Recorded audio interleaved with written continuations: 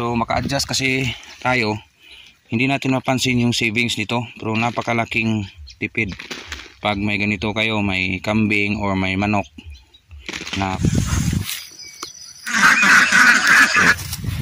dali lang. Napakasimple.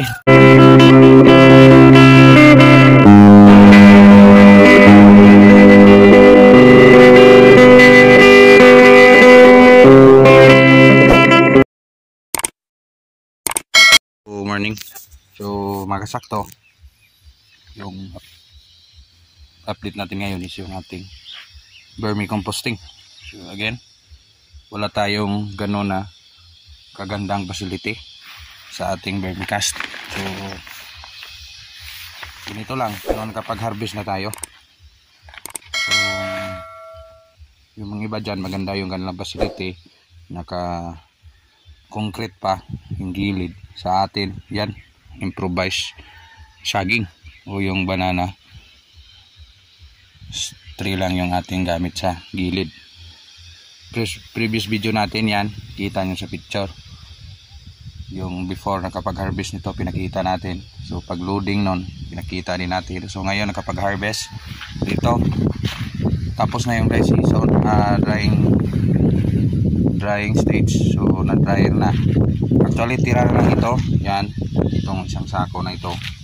So yung 4 na sako nandun na sa field, sa area.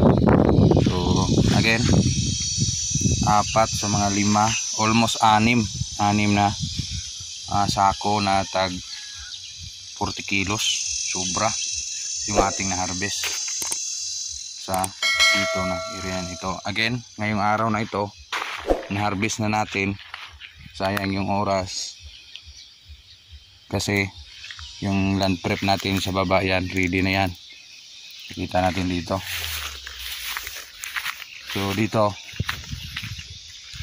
so yan, so ready na yan for transplant. Dito hindi pa nabungkal yan, pero dito sa area na to hindi ito taniman. Binigay natin ito na space para sa doon sa mga kambing. Yan, pag dapat pag harvest nyo, i-advance nyo na, i-ready nyo na yung vermi. Ito yung mga vermicast, naka-ready na before last land preparation bago nyo ilagdag yan. So kung ready na ito, ilo-loading nyo naman yung area yung vermi. Again, for loading, ito yung ating topic na yon, paano mag-load. So simple lang, lagyan ng banana tree yan sa gilid, yan, ng banana branches, anong tawag sa iba dyan, sa amin dito sa dialect namin to is balane. Yan sa gilid yan, tusukin ng kahoy para hindi umapaw yung mga uod. So dito naman tayo kukuha ng materials sa area na ito. Ito yung ating wet area ng mga goat manure. So ito mga tira-tirang pagkain nila. So ang rami, no? So yung mga tira-tirang pagkain nila hindi maubos kasi yung yan, yung kainan nila, kung hindi maubos dyan, linisan natin, tapos tinatabi lang natin dito. Malayo naman sa area ito na ating bahay, so in case kung may mga langaw, dito lang yun. Pero dito sa area namin guys, sa province, wala masyadong ganyan na langaw kasi naka-disinfect yan. Kung iloloading na yan doon sa ating area, so doon sa area na yon, una ito, pagkatapos nito is yung mga durog na goat manure. So ito rin yung ating vermi, yan, nasa sako, nakasako na ito guys. So konti na lang yung siguro sa ilalim nito. So actually yung mga vermi nasa ilalim dyan, kita natin, kunin natin yung kuha tayo ng kahoy, sukin din para makita nyo. So yung mga vermi sa ilalim, sila yung kakain ng ating mga tawag dito, yung ating ito, mga durog na pagkainan. So yan, actually kumakain sila guys, oh. Yan. Yan. So, pansin nyo, yung mga vermi na yan, maliliit lang. Pero lalaki din sila after time na marami silang pagkain. So, yung iba nga, malaki na. Yan. Focus natin yan. Gumagalaw na yan. So, yan. Kakainin nila yan. Ubusin nilang kainin. Marami sila. Ito. Para in the next 3 to 4 months, makapag-harvest na din tayo. Again, yung ating rotation nito, ipot ng kambing, cycle lang. Yung mga grass, yung mga durog na mga damo, pagdurog, hindi maubos ni kambing. At yung mga reject na litos natin, reject na sitaw, pinakain natin ni kambing. Tapos pagkain nila, cycle lang dito.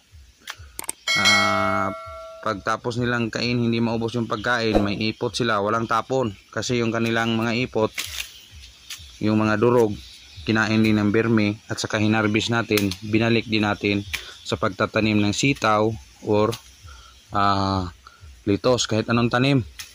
Minimix ko siya sa chicken manure. Yung concentrated ko dito is organic, is yung chicken manure talaga. Minimix ko sila kasi maganda yung result pag pure organic yung basal. And then yung synthetic fertilizer is nakaabang lang pag doon na sa puting stage, mag-transfer na. So yan, ilalagay natin ito, lahat ng durog na goat manure at ito mga tira-tira na pagkain, iloloading na naman natin doon sa ating vermi, improvised vermi house. So, hindi ito matawag na house kasi walang bubong. Yung bubong natin is yung mga improvised lang na dahon. Kung may makita tayo na pangtakip nito, okay, pero wala tayong makita, sige lang, at least hindi siya palaging naulanan, laging wet yung ilalim. So talagang makaharvest tayo sa tamang panahon. Gaya nito, napakaganda nito. Maganda ito sa lupa, especially yung ating lupa, paulit-ulit ng tanim, gumagamit tayo ng commercial fertilizer. So napaka gastos.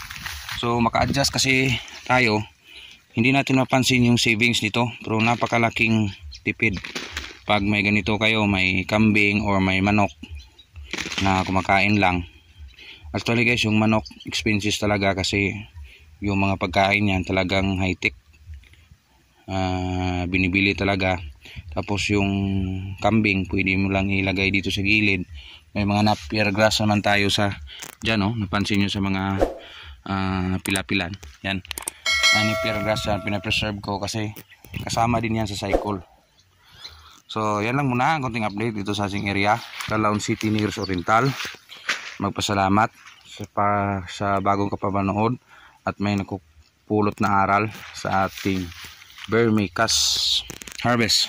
So may harvest tayo na vermi ito, at kung paano iloloading, kung paano idagdag yun, kung paano takpan. So may marami kayong nakuha. Salamat, Insakto TV.